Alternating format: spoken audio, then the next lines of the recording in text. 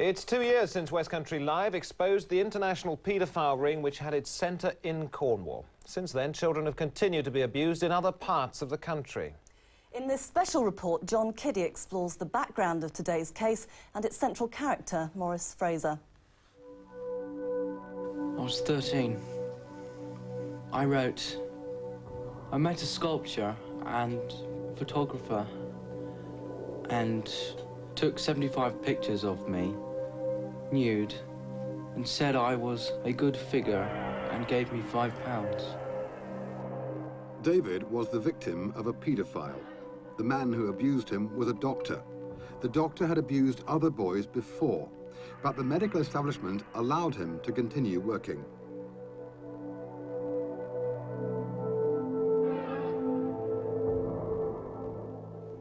Dr. Maurice Fraser is a consultant psychiatrist. You can check his credentials, as I did, by calling the General Medical Council. Good morning, Fraser, can I help you? Yes, good morning. I've been referred to a psychiatrist called Dr. Fraser. I just wanted to check he's on the register. Well, what it means is we've given registration to work, so he's registered to work. I see. That's fine. Thanks a lot. Maurice Fraser has been jailed in the past for abusing boys. The General Medical Council know about this, but they refuse to strike him off. They won't tell us why. Well, he is a career paedophile. The offences that he has committed are not one-off offences. People in his position are clearly a danger to children. 2 years ago, West Country revealed the link between Fraser and paedophiles in Britain, America and Europe. He had helped to found the Azimuth Trust, a charity in Cornwall which took children to sea without their parents. A fellow trustee, Mike Johnson, was jailed last year for abusing boys on his yacht. Until now, though, Fraser has escaped justice. Fraser, too, abused one of the children involved with the Azimuth Trust. That was in 1990. The boy made a statement to the police 2 years later, but Fraser wasn't charged. His arrest came, quite by chance, through a separate police inquiry hundreds of miles from the West Country. South Godstone in Surrey, a wealthy, prosperous and outwardly respectable village 30 miles from London. The boy we're calling David, that's not his real name, was brought here and sexually abused. He was just 13. At a house called Fiddler's Grove, which lies about half a mile down this private drive behind me, there was an art exhibition. Among those attending were several paedophiles. One of them saw Maurice Fraser in the company of the boy we're calling David. He asked Maurice Fraser if he could photograph the boy naked. He did so behind a barn in the grounds. Terence Waters was the photographer. Maurice Fraser allowed him to take pictures of David. Fraser had befriended David's family in Cornwall some time before. What the family didn't know at the time was that Maurice Fraser, the trusted doctor, the child psychiatrist, was a paedophile, a convicted child pornographer.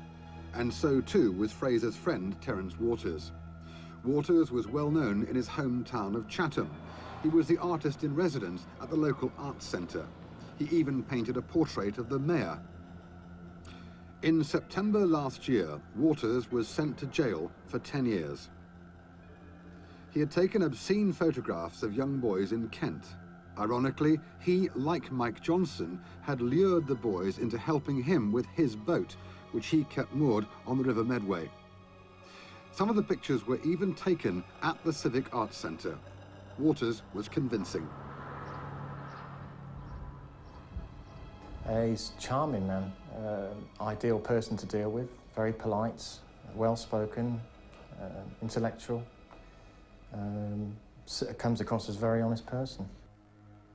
In Waters' house, police found thousands of photographs. Among them were pictures of David, the ones he'd taken at the house in Surrey. Why did you say... I've nothing to say to you. About setting up Azimuth, Dr. Fraser? I've nothing to say to you. Why did you set it up? After we revealed the truth about Fraser in 1993, he was sacked from the job he'd obtained at a hospital in Southampton. Because he was still on the General Medical Register, his employers thought he was safe to treat their patients. Fraser, in fact, is part of another paedophile ring.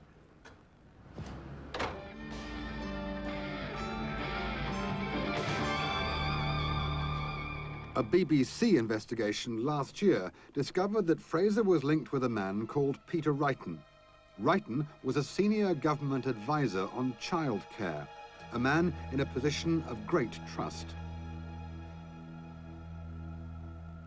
They both knew Charles Napier, a diplomat who was jailed this summer for sexually abusing boys. A network of paedophiles is operating here and abroad. It's not as if paedophiles meet regularly at a set venue, like a sort of a club, but the information that passes between paedophiles on the phone, passing pornography back and forth to each other, knowing of another paedophile, knowing who it's safe to contact, is extremely well organised. Maurice Fraser and Terence Waters have continued to offend each time they've been released from prison. Mike Johnson may be released as early as next month. Once out of prison, no one keeps track of these men. And though paedophiles receive treatment in prison, Fraser and Waters are proof it doesn't always work. There's no doubt that, particularly untreated, people like him will go on offending because their fantasy is directed towards sex with children. And so people in his position are clearly a danger to children. And I feel betrayed and really annoyed. And that they've taken some privacy away from me.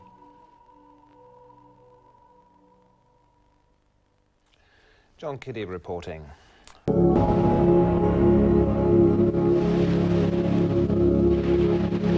can't forgive anybody who threatens a child, forces them to do things they don't want to do. It's wrong. The mother of one of Mike Johnson's victims. For legal reasons, we can't identify her. Her life was all but destroyed when her son finally explained what happened. And he came back in, and I said, "What is it?" And he said, "Oh, I don't want to tell you." I said, "Well, come on, you can't do that. You've got to tell me. I've waited, I've been patient, I want to know." And he said, "Mike was sexually abusing me, and at least one other child." And I was just totally stunned. Among Mike Johnson's other innocent victims are his own family, living now in France in self-imposed exile. We haven't got any money. We've had to sell the house, we've had to sell the boat, and I mean, financially it's an absolute disaster, and it's just destroyed anything or everything that we've set up, really. Roger Michael Johnson began his teaching career in 1971. 3 years later, he was promoted to a teacher's centre at Foy Hall. His love of boats and sailing were well known. He even built his own 48-foot schooner. By 1986, Johnson had moved on to become a support teacher at the Outdoor Education Centre in St Justin, Roseland. Here, he ran sailing courses for children. He used his own schooner to take children to sea in groups. The hard-working, dedicated Johnson was much respected by colleagues and by children, but there was a darker side. Stephen Green and his friend Darryl Marshall jumped ship after one violent incident. We were sailing back from the Scillies. It was a late one of the nights. I was helming the boat on the compass course, but the bearing was too high and I couldn't steer it. There was no steerage on the boat. And then we had a log out the back of the boat as well, which got entangled in the rudder when I tapped the boat twice.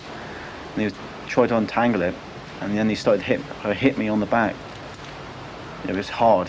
It was right in the middle of my back as well. Show me how to hit you. Well, he just smacked right on my back, and I had bruised to prove it as well. Were you scared? Yeah, I was scared. Stephen and Darryl were both interviewed by a social worker who reported his findings to County Hall. At a disciplinary hearing, Johnson admitted physical assault. The details of this were kept secret. No one outside County Hall was told that there were any reservations about Mike Johnson. Much more seriously, there were also allegations of sexual assault on 2 other boys, one on his yacht, the other in France during a stopover. The same social worker interviewed the victims and was convinced the assault had happened. Those allegations were not found proven. Why?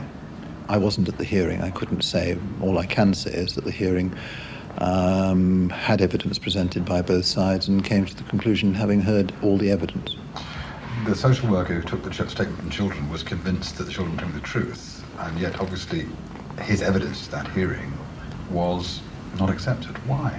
I wasn't at the hearing, and I can't say. I can only repeat what I have just said. Well, who was at the hearing? Who could answer that question? The hearing was confidential in the sense that all proceedings so far as discipline inside the county council are confidential. That is a normal practice, I think you would find. Again, the allegations against Johnson were kept secret. Not even headmasters who recommended Johnson's sailing trips were told there were any doubts about his behaviour. John Lambert says he sent his son off with Johnson on the recommendation of a head teacher. Which recommendation I was very glad to receive. That recommendation effectively gave at least an educational recommendation. And being that the headmaster is employed as a county employee, I presume that Johnson is held in high regard by that organisation. Johnson's bosses held him in such high regard that he was promoted to become the head of the Roseland Centre in 1990. Here, he had even greater access to children. It's a strange sort of discipline that debars anybody from ever doing another job or indeed doing a good job subsequent. The whole purpose of a disciplinary procedure is to make people improve. But he didn't improve. The disciplinary hearing ordered Johnson not to use his yacht for any county council purpose. He ignored the warning, and we have evidence that he used his position at Roseland to promote the very sailing trips which had led to allegations of sexual abuse. Had the county council checked their own files, they would have discovered that Mike Johnson's first job was as an assistant teacher at a school in Falmouth. A senior colleague there was sacked after allegations of child sexual abuse. The pair worked together for 3 years. In 1988, less than a year after that disciplinary hearing, Johnson began to set up the sailing charity which was to be known as the Azimuth Trust. Unknown to the parents who helped, one of the founding trustees was a convicted child pornographer. Roderick Morris Fraser is a psychiatrist who at one time counselled children damaged by bombing in Northern Ireland. He met Johnson through a French sailing group called École en Bateau, of which he was a director. The group takes children on long sailing trips. From letters we've obtained, Fraser was clearly the driving force behind Azimuth. He even chose the name. I have been thinking about the names, and myself see it this way. The organisation would be Azimuth, Adventure and Education Afloat, and the publication would be Seaborn. A questionnaire was sent out to children wanting to join the expeditions aboard Johnson's new yacht, the Grace O'Malley. Fraser was deeply involved in the early stages and in selecting children. They have got the questionnaire and I've suggested they fill it in, and then I will send it to you, after which trial visits may be possible. I've asked that the questionnaires be returned soon. Child psychologists who studied the questionnaire say in the right hands it could be used to discover which children were vulnerable to abuse. Fraser, the psychiatrist, was precisely qualified to know. Those who met him had reservations. I thought he was odd. I didn't like his attitude towards boys, but still I thought he must be another philanthropist. He's in Azimuth. He helps with the children. It did seem strange that he took children away occasionally and lots of them stayed at his house. It seemed strange once or twice that I went there. I was only ever asked into the kitchen, never into the living room or the normal kind of places in a house you're asked into. In April last year, Fraser was jailed for possession of child pornography. He was released in June and returned to Cornwall and to Azimuth. More worrying still is the fact the General Medical Council, the doctors' governing body, have not struck him off and have no plans to do so. The council refused us an interview. 4 months ago, Fraser got work in Dorset and then Southampton. He ended up here at this hospital as a locum psychiatrist. Following our phone call to the health authority, they checked with the police and discovered that Dr. Fraser was indeed a convicted child pornographer. They then sacked him. It now transpires that when we called them, they were considering giving him a full-time job as a consultant psychiatrist. Fraser lives in a block of flats in the Shirley area of Southampton. He wasn't pleased to see us. Fraser, I've nothing to say to you. About setting up Azimuth, Dr. Fraser? I've nothing to say to you. Why did you set it up? Did you design the questionnaires for the children? Nothing to say. Why did you set Azimuth Trust up? What was the idea behind it? To kill children, was it? Doctor? You've nothing to say to the families back in the West Country who you betrayed?